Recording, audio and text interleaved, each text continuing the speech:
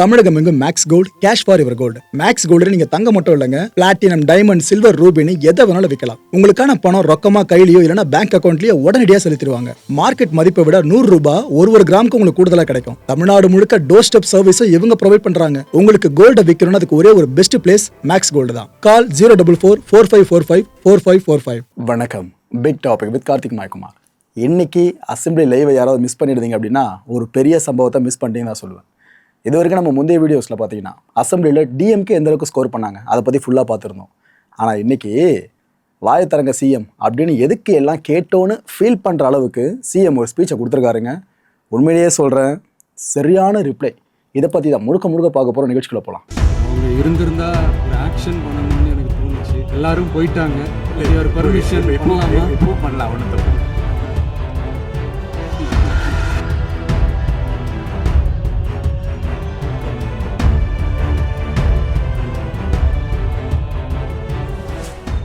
ஆளுநர் உரை மீதான நன்றி தெரிவிக்கிற தீர்மானம், இதை முதலமைச்சர் அவர்கள் தன்னோட உரையை பதிவு பண்ணியிருந்தாங்க. அதான் ஒரு பெரிய விமர்சனம் இருந்துச்சுல, என்னங்க எதுக்கெல்லாம் வாயை திறக்க மாட்டுறாரு, அவ்வளோ இஷ்யூ போயிட்டுருக்கு தமிழ்நாட்டில், சும்மா எல்லாத்துக்கும் சைலண்ட்டாக இருக்காரு, பேரவைக்குள்ளேயே அமைதியாக உட்காந்துருக்காரு, செய்தியாளர்கள் பெருசாக சந்திக்க மாட்டாரு, என்னங்க இது அப்படின்னு பல பேரும் கேட்டாங்களே. அதுக்கெல்லாம் சேர்த்து வச்சு ஒரு தரமான சம்பவம் இப்போ உள்ள நடந்திருக்கு. சிஎம் அவர்கள் எழுந்து நின்று பேச ஆரம்பித்தாங்க. அவர் பேச பேச பேச எதிர்க்கட்சி தலைவர் உதயநிதி ஸ்டாலின் இருக்கார்ல, அவரோட முகம் அப்படியே மாற ஆரம்பிச்சுது. லிட்டராக என்னாச்சு, ரொம்ப டென்ஷன் ஆகிட்டாருங்க. இடையில எழுந்து நின்று அவர் பேச ட்ரை பண்ணி, மைக்கெல்லாம் ஆஃபில் இருக்கவங்களுக்கே தெரியும், பேசுகிறவங்க சார்ந்து மற்ற மைக்கில் ஆஃபில் இருக்கும் பார்த்தீங்களா. ஆனாலும் தொடர்ந்து பேசுகிறாங்க. எதிர்க்கட்சி தலைவரே எழுந்துக்கிறார் அப்படின்னா டிஎம்கேட ஒட்டுமொத்த எம்எல்ஏஸ் எழுந்துப்பாங்களே, அவங்க எழுந்து ஆக்ரோஷமாக எல்லாம் கத்த ஆரம்பிச்சிட்டாங்க. லிட்டரலாக என்னங்க இப்படிலாம் பேசுகிறாரு அது இதுன்னு சொல்லிட்டு. அப்போ எந்த அளவுக்கு சிஎமோட ஸ்பீச் இருந்திருக்கும் கொஞ்சம் யோசிச்சு பாருங்களேன். ஆனால் இன்னொரு பக்கம் நெய் பேசியிருக்காருல, அவர் பாட்டுக்கு பொறுமையாக சத்தமில்லாமல் அதை பயங்கரமாக ரசிச்சுட்டு இருந்தார் சிஎம் அவர்களோட ஸ்பீச்சை. பரவாயில்ல, நாம தான் எந்த அளவுக்கு பேசுவோமோ டிஎம்கே சார்ந்து, இவர் அதை விட ஒரு படி மேலே பேசுகிறாருன்ற துணியில தான் ஐபிஎஸ் அவர்கள் வெயிட் பண்ணிட்டு இருந்தார் போல இருக்கு. அப்படி ரசிச்சாருங்க லிட்டரலா சிஎமோட ஸ்பீச்சை. அப்படி என்னென்ன பேசினாரு உங்கள் மனசில் இருக்கு. இப்போ சொல்கிறேன், ஒன்று சொல்கிறேன். என்ன சொன்னாப்புல சிஎம், கரூர் விஷயத்தில் என் மேலே அவ்வளோ பழியை போட்டாங்க. பேரவைக்குள்ளே சொல்கிறார், இதை சொல்ல முடியாதபடி நிறைய தடைகளை போட்டாங்க. உங்களுக்கெல்லாம் தெரிஞ்ச தடை ஓகே, இன்னும் நிறைய தடைகளை போட்டாங்க. அரசியல் பேசினதால என்னோட படங்களுக்கு என்னென்ன பிரச்சனைகள் ஏற்பட்டுச்சுனோ மக்கள் உங்களுக்கு தெரியாத ஒன்றும் இல்லை அப்படின்னு இருக்காரு யார், சிஎம் அவர்கள். மதம், சாதி, அப்புறம் காசு கொடுத்து ஓட்டை வாங்கிடலாம் அப்படின்ற இந்த விஷயங்கள் எல்லாத்தையும் இந்த எலெக்ஷனில் நாம் சுக்குநூறாக உடச்சிருக்கோம். நான் ஏதோ ஷூட்டிங்லேருந்து நேராக வந்த மாதிரி சில பேர் இமேஜ் கிரியேட் பண்ணுறாங்களே, அது வேறங்க, அது ரீலு, இதுதான் ரியல்னு சொல்லியிருந்தார். எம்ஜிஆர் அவர்கள் பாடின ஒரு பாடல் வரியை அவர் கோட் பண்ணிட்டு, விஜய் அவர்கள் இப்போ இது செய்கிறாருன்னு தினத்தந்தி எழுதியிருக்காங்க. எங்கே வந்திருக்கு பார்த்தீங்களா நியூஸு. விஜய் சாரோட ஆரம்ப காலகட்டம் இருக்குல்ல, திரைப்பயணம், அப்போ விமர்சனம் பெருசாக எழுந்துச்சுல. அப்போ என்னென்ன விமர்சனம் எந்த தரப்பு தான் முன்வைக்கப்பட்டுச்சுன்னு யாரும் மறந்துருக்க மாட்டோம். அதாவது எங்கே நீங்கள் விடுறீங்களோ அங்கேயே திரும்ப எழுறது மட்டும்தான் ஒரு பெரிய விக்ட்ரின்னு சொல்லுவாங்களே, அதுதான் இங்கே பார்க்க முடியுது. தினத்தந்திக்கு என்னோட நன்றிகள்னு பதிவு பண்ணியிருக்காரு முதலமைச்சர் அவர்கள். இதெல்லாம் வெறும் ஆரம்பம் தாங்க. மக்களே இன்னும் கொஞ்சம் கால அவகாசம் கொடுங்க, அதுக்கப்புறம் பாருங்கள் ஒட்டு மொத்தமாக எல்லாத்தையும் மாற்றுறோன்னு சொன்னால கண்டிப்பாக மாற்றுவோம். இதுக்கே எப்படின்னா எப்படிங்க எல்லாரும் இப்படியெல்லாம் பேசுகிறாங்க எதிர்கட்சிகள்லாம், இன்னும் நிறைய இருக்குது நீங்கள் பார்க்க வேண்டியது அப்படின்னு இருக்காரு. அந்த புண்ணியவான்கள் ஆட்சியில் நிறைய செஞ்சுட்டாங்கன்னு லிஸ்ட்டு போட ஆரம்பிச்சிட்டாரு. அவர் சொன்ன வார்த்தைகள் இது. அதாவது பார்ட்டி ஃபண்டுன்ற விஷயம், இதை சிஎம் வாயால் சொன்னதுமே எதிர்கட்சிகள்லாம் செம்மையாக கொந்தளிச்சிட்டாங்க. எல்லாம் எழுந்து நின்ட்டாங்க. என்னங்க இப்படிலாம் பேசுகிறீங்க அப்படின்னு எல்லாருமே ஷவுட் பண்ண ஆரம்பிச்சிட்டாங்க. அதுக்கப்புறம் சிஎம் என்ன சொன்னார், இவங்க நம்ம ஆட்சிக்கு டேட்டு குறிக்கிறாங்களாமா, அவங்கள நம்ம மக்களே பார்த்துப்பாங்க, விடுங்க, மக்களுக்கு தெரியும் எல்லாமே. மோசமான ஆட்சியை கொடுத்த இவங்க சொல்கிறாங்க, நமக்கு ஏதோ ஆட்சி சரியாக நடத்த தெரியலையாமா. ஆமாங்க, எங்களுக்கு நடத்த தெரியல தான். எதை திறமை நடத்த தெரியல, மக்கள் பணத்தை எங்களுக்கு சுருட்ட தெரியல, அதுதாங்க எங்களுக்கு தெரியல, நாங்கள் அதை ஒருபோதும் செய்ய மாட்டோன்றாங்க. லஞ்சம் ஊழல் இல்லாத அரசை மட்டும் தான் நாம் வடிவமைப்பு எப்போவுமே அதை நோக்கி தான் போயிட்டுருக்கோன்னு சிஎம் அவர்கள் சொல்லியிருக்காங்க. லஞ்சம் ஊழல் இல்லாத தமிழ்நாடு இருக்குல்ல, இது தான் நம்மளோட டார்கெட்டு. 8 கோடி மக்களும் நம்ம பக்கம் தான் இருக்காங்கன்ற மாதிரி பேசியிருக்காரு சிஎம் அவர்கள். கருவூலம் தேஞ்சதை பற்றி வெள்ளை அறிக்கை வெளியிடப்பட்டுச்சு. அதை பார்க்கும்போதே கண்ணை கட்டுது. அவ்வளோ விஷயங்கள் பண்ணிட்டு போயிருக்காங்க. 40 நாட்கள் ஆட்சியில் என்னென்ன ஆயிருக்கு, என்னென்ன சாதிச்சிருக்குன்னு எல்லாரும் கேள்வி கேட்குறாங்களே, இந்த லிஸ்ட்டு போடுறோம் அப்படின்ட்டு ஒவ்வொரு விஷயத்தையும் லிஸ்ட்டு போட்டு பேச ஆரம்பிச்சிட்டார் சிஎம் அவர்கள். இன்னொரு பக்கம் இதை கேட்டு இன்னொரு பயங்கரமாக ட்ரிகர் ஆகிட்டாங்க அப்போசிஷனில் இருந்தவங்க. எல்லாரும் எழுந்துட்டாங்க திரும்பவும். என்னங்க இப்படிலாம் பேசுறீங்கன்னு அவங்க ஒரு பக்கம் ஷவுட் பண்ணவே, இன்னொரு பக்கம் அவை முன்னவர் எழுந்து பேசுங்க அப்படின்னு சபாநாயகர் சொல்லிட்டாங்க. சபாநாயகர் ஒரு விஷயத்த பண்ணிட்டு இருந்தார், தொடர்ந்து பண்ணிக்கிட்டு இருக்காரு. அது என்னன்னா, மரபுன்னு ஒரு விஷயம், இதை ஃபுல்லாக கடத்தி கொண்டு போகணுன்னு இவங்க விளையிறாங்களா டிவிகே சைடில். எந்த ஒரு இஷ்யூ பெருசாக ரைஸ் ஆகிறதா இருந்தாலும், அதாவது ஆளும் தரப்பு பேசும்போது எதிர்த்தரப்பில் எழுந்துக்கிட்டாங்க அப்படின்னா நாம் எழுந்திருக்கணும். முதல்ல யார்? சபாநாயகர். நாம் எழுந்துச்சிட்டா அவை மரபின்படி எல்லாருமே அமர்ந்ததே ஆகணும். ஸோ இந்த டெக்னிக்கை ஃபாலோ பண்ண ஆரம்பிச்சிட்டு இருக்காரு சபாநாயகர் சமீப காலமாக. அதை இன்னைக்கான செஷன்லேயும் பார்க்க முடிஞ்சது. எழுந்துட்டு சொல்கிறாரு, ஏங்க நான் எழுந்துட்டா எல்லாம் உட்காரம் தானே, உட்காருங்க, மரியாதை கொடுங்க, அவை மரபை ஃபுல்லாக பாதுகாத்துருங்கன்னு இவர் கிளாஸ் எடுக்க ஆரம்பிச்சார் லிட்டரலா.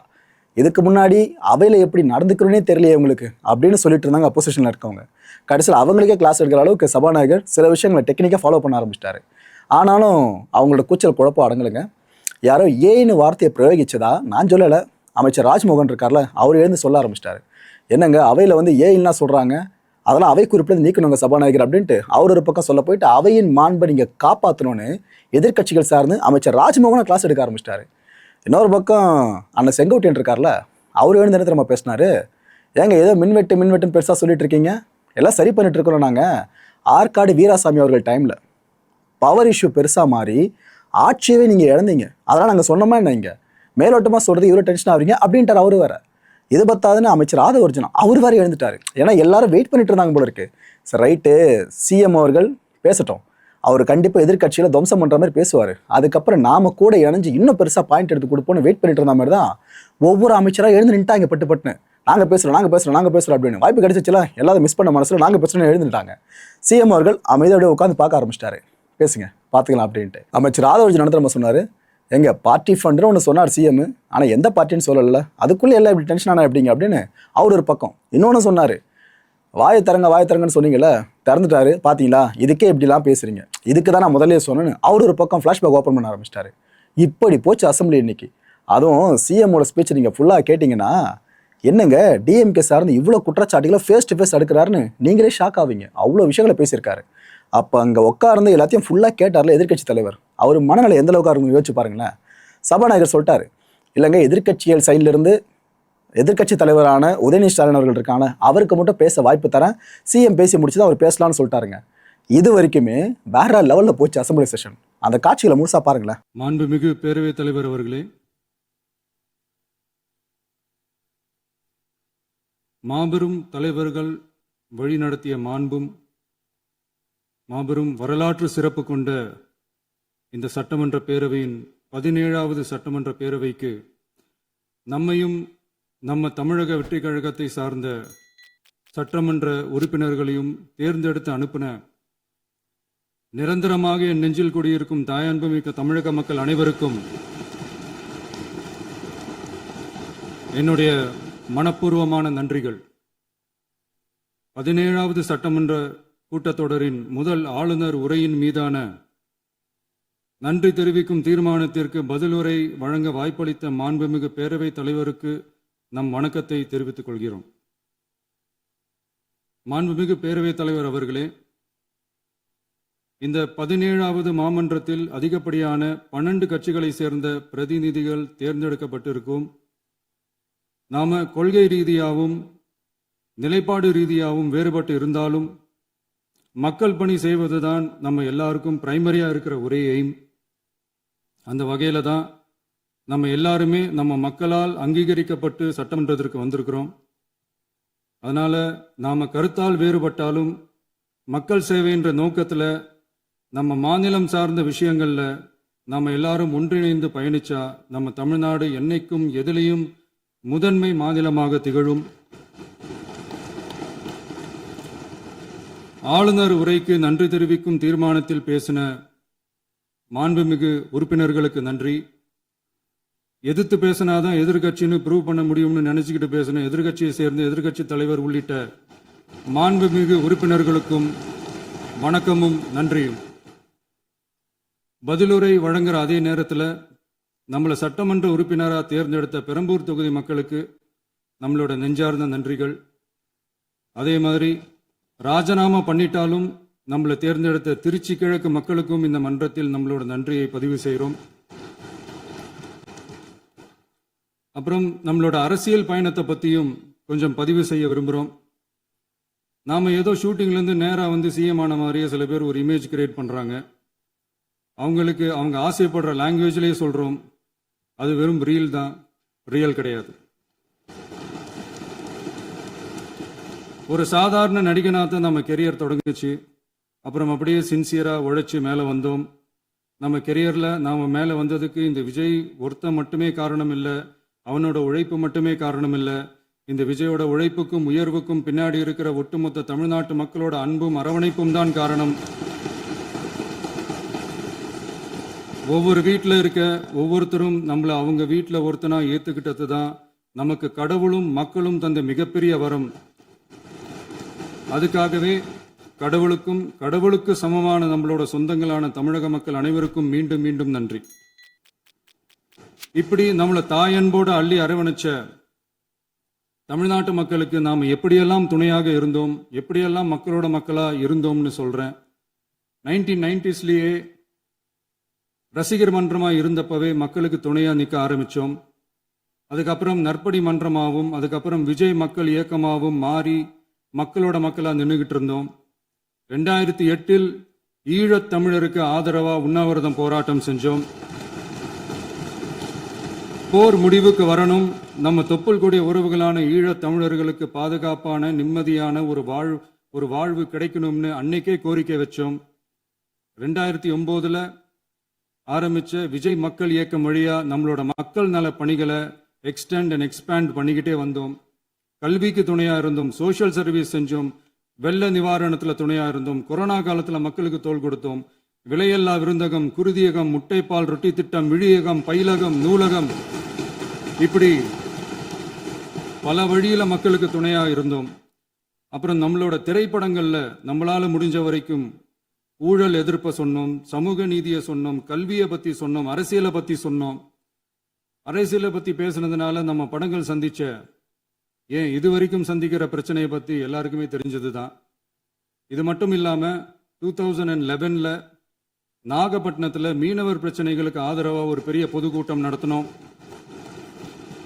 மீனவர்கள் மீதான தாக்குதலை கண்டிச்சு பேசி அதில் நம்மளோட எதிர்ப்பை பதிவு செஞ்சோம். 2017 ஜல்லிக்கட்டு போராட்டத்தில் தமிழர் பண்பாட்டு உரிமைக்கான நம்மளோட ஆதரவை தெரிவித்தோம். 2018 ஸ்டெர்லைட் போராட்டம், துப்பாக்கி சூட்டில் பாதிக்கப்பட்ட நம்ம சொந்தங்களை நேரில் சந்திச்சு ஆறுதல் சொன்னோம். 2021 உள்ளாட்சி தேர்தலில் விஜய் மக்கள் இயக்க வேட்பாளர்கள் போட்டியிட்டு ஜெயிச்சாங்க. கல்வி விருது விழா நடத்தி சிறந்த மதிப்பெண் பெற்ற மாணவ மாணவிகளுக்கு ஊக்கத்தொகையும் பரிசும் கொடுத்தோம். 2024 தமிழக வெற்றி கழகத்தை ஆரம்பிச்ச உடனேயே CAA-வை எதிர்த்து அறிக்கை விட்டோம். அரசியல் கட்சி ஆரம்பிச்சு விழுப்புரம் மாவட்டத்தில் விக்கிரவாண்டியில் நம்மளோட முதல் மாநில மாநாட்டிய வெற்றி கொள்கை திருவிழாவை நடத்தினோம். தந்தை பெரியார், பெருந்தலைவர் காமராஜர், அண்ணல் அம்பேத்கர், வீரமங்கை வேலுநாச்சியார், மக்கள் சேவகர் அஞ்சலை அம்மாள்னு நம்மளோட 5 கொள்கை தலைவர்களை அறிவிச்சோம். இந்தியாவிலே 2 பெண் ஆளுமைகளை கொள்கை தலைவர்களை அறிவிச்ச ஒரே கட்சி நம்ம டிவிக்கு மட்டும்தான் என்ற பெருமையோடு அறிவிச்சோம். பெரியார் சொன்ன மாதிரியே அவர் சொன்னதில் நமக்கு ஏற்புடையதை மட்டும் எடுத்துக்கிட்டோம். அவரோட கடவுள் மறுப்பு கொள்கையில நமக்கு உடன்பாடு இல்லைன்னு ஓப்பனா அறிவிச்சோம். நமக்கு கடவுள் நம்பிக்கை உண்டுன்னு அறிவிச்சோம். யாரோட நம்பிக்கைக்கும் நாம் எதிரானவங்க இல்லைன்னு தெளிவா அறிவிச்சோம். பெண் கல்வி, பெண்கள் முன்னேற்றம், சமூக சீர்திருத்தம், சமூக நீதி, இப்படி பெரியாரோட கருத்துக்களை நிறையவே ஏத்துக்கிட்டோம்னு அறிவிச்சோம். அண்ணல் அம்பேத்கரோட சம வாய்ப்பு, சமநீதி, சமத்துவத்தை ஃபாலோ பண்ணுவோம்னு அறிவிச்சோம். பெருந்தலைவர் காமராஜரோட மதச்சார்பின்மையை ஏத்துக்கிட்டதோட அவரோட நேர்மையான நிர்வாகத்தையே ஒரு கொள்கையா ஏத்துக்கிட்டோம்னு அறிவிச்சோம். வீரமங்கை வேலு நாச்சியாரோட மண் மீட்பையும் சமூக நல்லிணக்கத்தையும் பின்பற்றுவோம்னு அறிவிச்சோம். மக்கள் சேவகர் அஞ்சலை அம்மாளோட விடுதலை வேட்கையையும் மக்களோட வாழ்வாதாரத்துக்காக உறுதியாக நிற்கிறதையும் பின்பற்றுவோம்னு சொன்னோம். எல்லாருக்கும் எல்லாமும் கிடைக்கணும், எம் மதமும் நம் மதம்னு சொல்லி மதச்சார்பற்ற சமூக நீதி தான் நம்ம கொள்கைன்னு அறிவிச்சோம். நம்ம கொள்கை எதிரி யாரு, அரசியல் எதிரி யாருன்னு ஓப்பனா அறிவிச்சோம். எல்லாத்துக்கும் மேல பிறப்புக்கும் எல்லா உயிர்க்கும்ன்றத நம்மளோட அடிப்படை அரசியல் கோட்பாட்டா அறிவிச்சுட்டு தான் அரசியலுக்கே வந்தோம். நம்ம மதுரை மாநாட்டில் நம்மளோட தேர்தல் அரசியல் மற்றும் ஆட்சி அதிகார அரசியல் வழிகாட்டியா அறிஞர் அண்ணாவையும் புரட்சி தலைவர் எம்ஜிஆரையும் ஏத்துக்கிட்டதா அறிவிச்சோம். அப்புறம் இன்னனையும் நாம் இங்க பதிவு செஞ்சே ஆகணும். எல்லாரும் கட்சி ஆரம்பிச்சுட்டு தான் ஒவ்வொரு வீட்டுக்குள்ளேயும் போவாங்க. ஆனா நாம ஒவ்வொரு வீட்டுக்குள்ளேயும் போனதுக்கு அப்புறம் தான் கட்சியவே ஆரம்பிச்சிருக்கிறோம். ஒவ்வொரு வீட்டுல ஒவ்வொருத்தரும் நம்மள அவங்க பிள்ளையா, மகனா, அண்ணனா, தம்பியா ஏத்துக்கிட்டதும் இயல்பா நடந்துச்சு. தமிழ்நாட்டு மக்களோட மனசுக்குள்ள போறதுக்கு நாம பட்ட பாடு நமக்கு மட்டும்தான் தெரியும். இதெல்லாம் புரிஞ்சாலும் புரியாத மாதிரி இருக்கிறவங்க தான் நம்மள நடிகன் என்று சொல்லியும், நம்ம கட்சிய நடிகன் கட்சின்னு சொல்லியும் சில நக்கல் நையாண்டி இதெல்லாம் பேசுவாங்க. அதை பத்தி நமக்கு கவலை இல்லைன்னு. இப்படி நம்ம அரசியல் பயணம் ரொம்ப டிரான்ஸ்பரண்டா தான் ஆரம்பிச்சிருக்கு. இந்த 2026 தேர்தலில் கூட்டணியே இல்லாமல் தனியா நின்னோம். மக்கள் நம்மளை தெளிவா புரிஞ்சுக்கிட்டதாலையும் நம்ம டிவிகே தோழர்களோட உழைப்பாலையும் நாம 35% வாக்குகளை வாங்கினோம். 1,72,00,000 வாக்குகளோட தமிழ்நாட்டிலேயே தனி பெரும் கட்சியா வந்தோம். தமிழக மக்களாலையும் நம்மளோட ஆதரவு இயக்கங்களாலையும் இதோ இன்னைக்கு இங்க நம்ம டிவிகே ஆளும் கட்சியா உட்கார்ந்துருக்கிறோம். இந்த ஆளும் கட்சியா ஆனதும் அவ்வளவு சாதாரணமாலாம் நடந்துடல. 2.25 வருஷத்துல ஆட்சிக்கு வந்துட்டீங்கன்னு ரொம்ப கிண்டலா கேலியா சிலர் பேசுறாங்க. எங்களோட இந்த 2.25 வருஷ டிராவல்ல எவ்வளவு வலியும் வேதனையும் இருக்குது. நம்மளோட மக்கள் சந்திப்புக்கே அவ்வளவு இடையூறு, அவ்வளவு தடைகள். மதத்தை உடைச்சோம், சாதியை உடைச்சோம், முக்கியமா காசு கொடுத்து ஓட்டு வாங்குற ஒரு நச்சு கலாச்சாரத்தையே சுக்கு நூறா தூள் தூளா உடைச்சிருந்தோம். நாம கிளீன் கவர்னன்ஸ் அண்ட் குட் கவர்னன்ஸ்ல உறுதியா இருக்கிறோம். இப்ப மட்டும் இல்ல, எப்பவுமே இப்படிதான் இருப்போம். இதுல 100% இது உண்மைன்றதுனாலதான் பாரம்பரியமான தினத்தந்தி பத்திரிகை ஊழலின் ஊற்றுக்கண் அடைக்கப்படுகிறதுன்னு 16/6/2026 அன்னைக்கு ஒரு தலையங்கமே எழுதியிருக்கு. ஒரு தவறு செய்தால், அது தெரிந்து செய்தால் அவன் தேவன் என்றாலும் விடமாட்டேன் என்று எம்ஜிஆர் அன்று பாடினார். அதை இன்று விஜய் செயலில் காட்டுகிறார்னு அந்த எடிட்டோரியல்ல எழுதியிருக்கு. இந்த நேரத்தில் தினத்தந்திக்கு நம்மளோட நன்றியை தெரிவிச்சுக்கிறோம். அரசியலுக்கு வந்து 2 வருஷம் தான் ஆகுது. உங்களுக்கு என்ன தெரியும், உங்களால என்ன முடியும்னு கேலியா கேட்டவங்களுக்கு தினத்தந்தியோட பதிலை இப்போதைக்கு போதும்னு நினைக்கிறேன். என்னென்னமோ செய்வான்னு சொல்றானே இந்த விஜய். பல வருஷமா இருக்கிற ஒரு பதவி வெறி பிடிச்ச அரசியலை உடைச்சி எப்படி செய்வான்னு நம்ம மக்களை யோசிச்சிருவாங்க. இதோ இப்போ நம்ம மக்களுக்கு புரிஞ்சிருக்கும். இப்பவும் சொல்றோம், இது வெறும் ஆரம்பம் தாங்க. இந்த மாபெரும் சபையிலிருந்து கேட்கிற மக்களே, நமக்கு கொஞ்சம் அவகாசம் கொடுங்க. இதுக்கு முன்னாடி, அதாவது 2017 கடைசியில இருந்து 2026 ஏப்ரல் வரைக்கும் இருந்த புண்ணியவான்கள் ஆட்சியில ஒவ்வொரு டிபார்ட்மெண்ட்லயும் போட்ட ஏராளமான ஓட்டைகளை அடைச்சிக்கிட்டே படிப்படியா மக்களுக்கு நல்லதையும் செஞ்சுக்கிட்டே வருவோம். அதனாலதான் நமக்கு எதிரா யாரோ சேரவே மாட்டாங்கன்னு நினைச்சவங்க எல்லாம் ஒன்னா சேர்றாங்க. நம்ம ஆட்சிக்கு டேட்டு குறிக்கிறாங்க.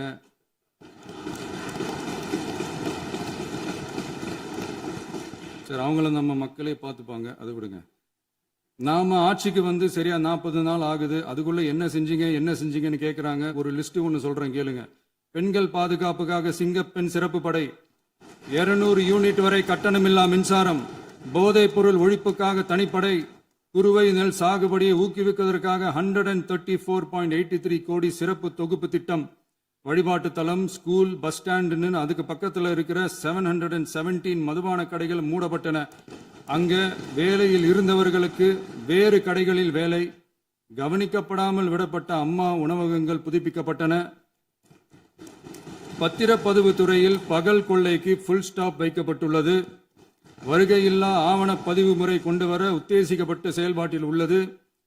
அரசு மற்றும் தனியார் மருத்துவமனையில் ஸ்கேன் மையங்களில் கருவுறுவதற்கு முன் மற்றும் பின் ஏற்படும் தவறுகளை கண்காணிக்கவும், மருத்துவ நிறுவனம் முறைப்படுத்தும் சட்ட விதிகள் பின்பற்றப்படுகிறதா என கண்காணிக்கவும், மருத்துவ மற்றும் ஊரக பணிகள் இயக்கத்தின் பயன்பாட்டிற்காக 40 புதிய வாகனங்கள் வழங்கப்பட்டுள்ளது.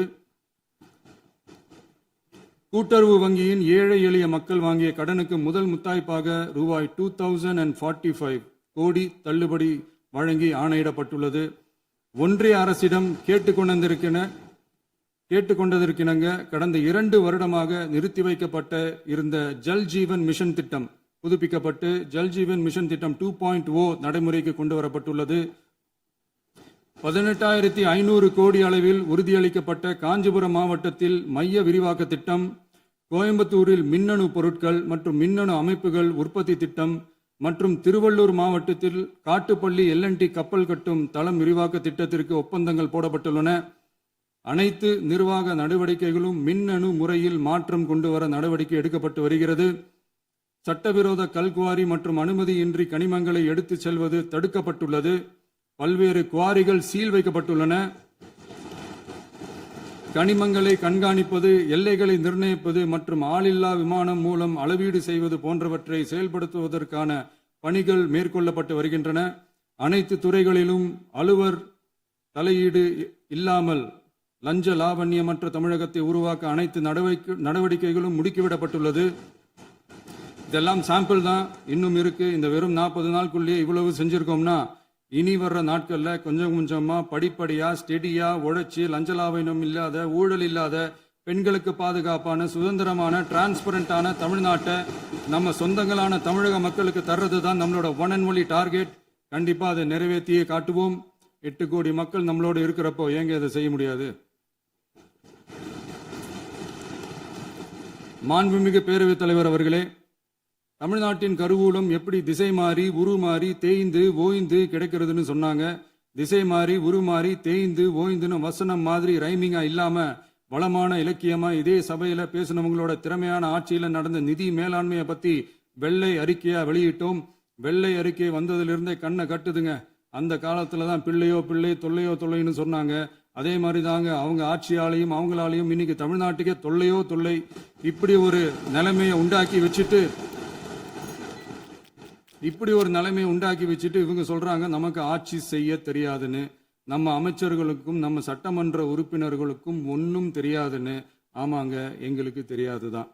எங்க சட்டமன்ற உறுப்பினர்களுக்கும் அமைச்சர்களுக்கும் மக்கள் பணி செய்ய தெரிஞ்ச அளவுக்கு மக்கள் பணத்தை சுருட்ட தெரியாதுதான்.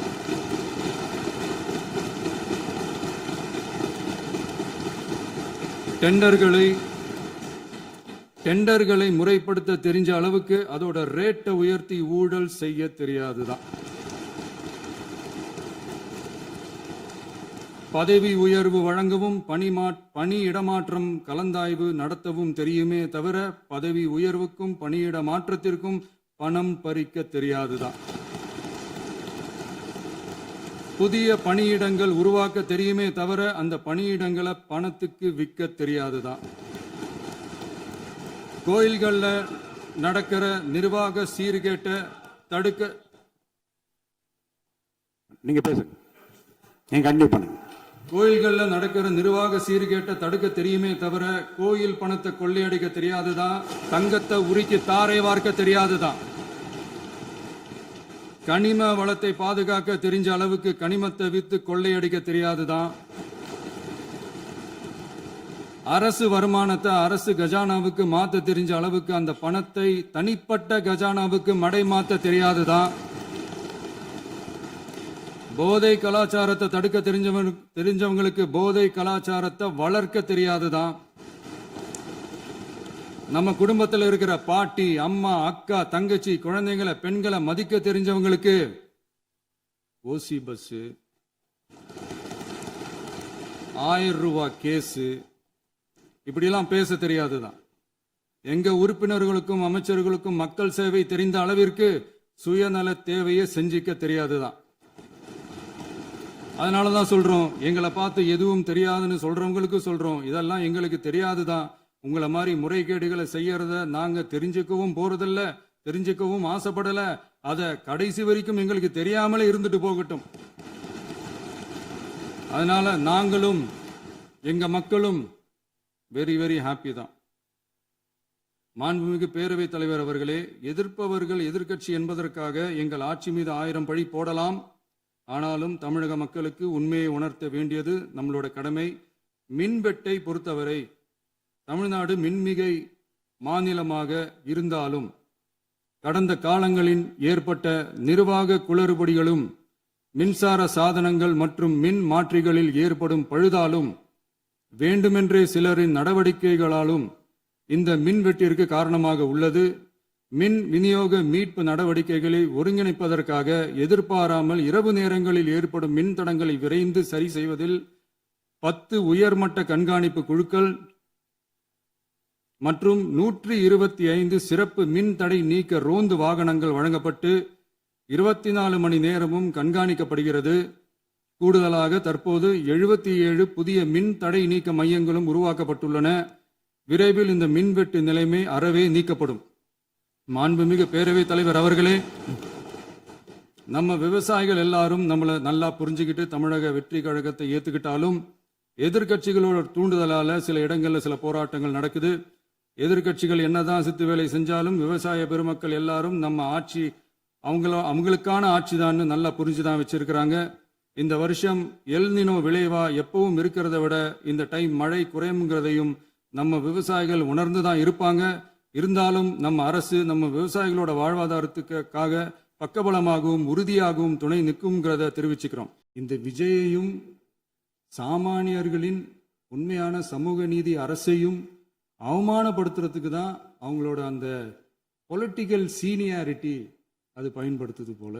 சரி, செய்யட்டும், நல்லா செய்யட்டும். இப்போ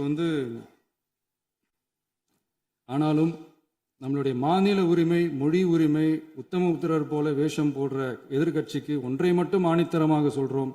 உங்களை மாதிரி தமிழ்னு சொல்லிக்கிட்டு மொழி, பண்பாடு, கலாச்சாரம்னு சொல்லிக்கிட்டு ரெட்டை வேஷம் போடுறவங்க நாங்க கிடையாது. உலகெங்கும் வாழும் என் தமிழ் சொந்தங்களுக்கு நம்முடைய உத்தரவாதம் தமிழ் தான் எங்க உயிர் நாடி அப்படின்றத மறக்க மாட்டோம். இப்பவும் சொல்றோம், மாநில உரிமையில எப்பவும் உறுதியா இருப்போம். அதே சமயத்துல அரசியல் வேற, ஒன்றிய மாநில அரசுகளுக்கு இடையே இருக்கிற நிர்வாக அணுகுமுறை வேற. இதுல நாங்க ரொம்ப தெளிவா இருக்கிறோம். அதனால எங்களுக்கு பாடம் எடுக்கிறதா நினைச்சுக்கிட்டு உங்க வேஷத்தை நீங்களே கொஞ்சம் கொஞ்சமா கலைச்சிக்கிட்டே வர்றீங்க, மறந்துடாதீங்க. அப்புறம் நேற்று எதிர்கட்சி தலைவர், மாண்புமிகு எதிர்கட்சி தலைவர் பேசும்போது நிறைய பேசினாங்க. அதுல ஒண்ணு மட்டும் அரசு சொல்றதா நினைச்சுக்கிட்டு நம்மளை இன்டைரக்டா ஈவில் அப்படின்ற அந்த வார்த்தையை யூஸ் பண்ணாங்க. எனக்கு ஒண்ணு தான் சொல்லணும்னு தோணுது. ஈவில்ஸ்னு டெவில்ஸ் பேசக்கூடாது.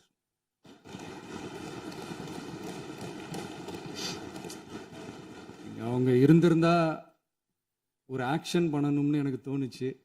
எல்லாரும் போயிட்டாங்க. இல்ல, பர்மிஷன் பண்ணலாமா? இப்பவும் பண்ணலாம், ஒன்றும் தப்பு இல்லை.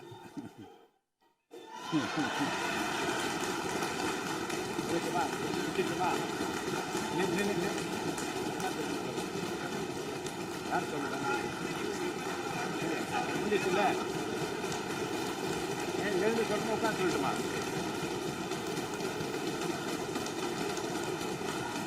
இதுக்கப்புறம் யார் என்னென்ன பேசுனாங்கன்றத அடுத்த வீடியோ உங்களுக்கு தெளிவாக வழங்குறேன். மக்கள் இந்த கான்டென்ட்டை பொறுத்தவரைக்கும் மனசில் ஒரே ஒரு வினா தான் இருக்குது. முதல்வரோட உரையை நீங்கள் எப்படி பார்க்குறீங்க? ஏன்னா எல்லாரும் ஈகராக வெயிட் பண்ணது இவர் என்ன பேச போகிறாருன்னு தான். பேசிட்டாரா? இப்போ நீங்கள் இதை எப்படி பார்க்குறீங்க? இது வரைக்கும் ஸ்கோர் பண்ணவங்க ஓகே, இதுக்கப்புறம் யார் அதிகமாக ஸ்கோர் பண்ணியிருக்காங்கன்னு அசம்பிளியில் நீங்கள் நினைக்கிறீங்க? இந்த 40 நாட்கள் ஆட்சி இருக்குல்ல, இதில் தாவேக்க அரசு ஓரளவுக்காச்சும் ஜெயிச்சுதா இல்லைன்னா சொதப்பிருக்காங்களா? இல்லை உங்களோட வெளிப்படையான பார்வை என்னங்க? அடுத்த நிகழ்ச்சியை சந்திக்கலாம். நன்றி, வணக்கம். தமிழகம் எங்கும் max gold, cash for your gold. Max gold நீங்க தங்க மட்டும் இல்லைங்க, பிளாட்டினம், டைமண்ட், சில்வர், ரூபினி எதை வேணாலும் விற்கலாம். உங்களுக்கான பணம் ரொக்கமா கையிலயோ இல்லைன்னா பேங்க் அக்கௌண்ட்லயோ உடனடியாக செலுத்திடுவாங்க. மார்க்கெட் மதிப்பை விட 100 ரூபாய் ஒரு கிராமுக்கு உங்களுக்கு கூடுதலா கிடைக்கும். தமிழ்நாடு முழுக்க டோர் ஸ்டெப் சர்வீஸும் இவங்க ப்ரொவைட் பண்றாங்க. உங்களுக்கு கோல்ட விற்கணும்னா அதுக்கு ஒரே ஒரு பெஸ்ட் பிளேஸ் மேக்ஸ் கோல்டு தான். கால் 04445454545. என் நண்பர் மாயம் ஸ்டுடியோஸ் நேயர்களே, மாயம் பக்தின்னு ஆன்மீகத்துக்காக பிரத்யேகமா ஒரு சேனலை கொண்டு வந்திருக்கோம். மறக்காம சப்ஸ்கிரைப் பண்ணி அந்த சேனலுக்கு உங்களோட ஆதரவை மனப்பூர்வமா தெரிவிங்க. வணக்கம் மாயம் ஸ்டுடியோஸ் நண்பர்களே. மாயம் ட்ரெண்ட்ஸ் அப்படின்ற ஒரு புதிய ஃபேஸ்புக் பேஜை ஓப்பன் பண்ணியிருக்கோம். நீங்கள் யூடியூப்ல பார்த்துட்டு இருக்கீங்களா நம்மளோட கான்டென்ட்ஸ்லாம்? இதெல்லாம் விட ஒரு படி மேலே ரொம்ப கிறிஸ்பாகவும் ரொம்ப சூப்பராகவும் நிறைய கான்டென்ட்ஸ் உங்களுக்கு இந்த பேஜில் காத்துட்டு இருக்குங்க. ஸோ உடனடியாக ஃபேஸ்புக் பிளாட்ஃபார்ம் போங்க, மாயம் ட்ரெண்ட்ஸ்னு டைப் பண்ணி சர்ச் பண்ணி நம்ம பேஜை ஃபாலோ பண்ணுங்க. அப்படியே நம்ம சேனலையும் நீங்கள் சப்ஸ்கிரைப் பண்ணிட்டீங்க அப்படின்னா இன்னும் நிறைய புது கான்டென்ட்ஸை உங்களுக்காக ப்ரொடியூஸ் பண்ணி கொடுத்துக்கிட்டே இருப்பாங்க. நீங்கள் பண்ணுற ஒவ்வொரு சப்ஸ்கிரிப்ஷனும் எங்களுக்கு பெரிய மோட்டிவேஷனாக அமையும்.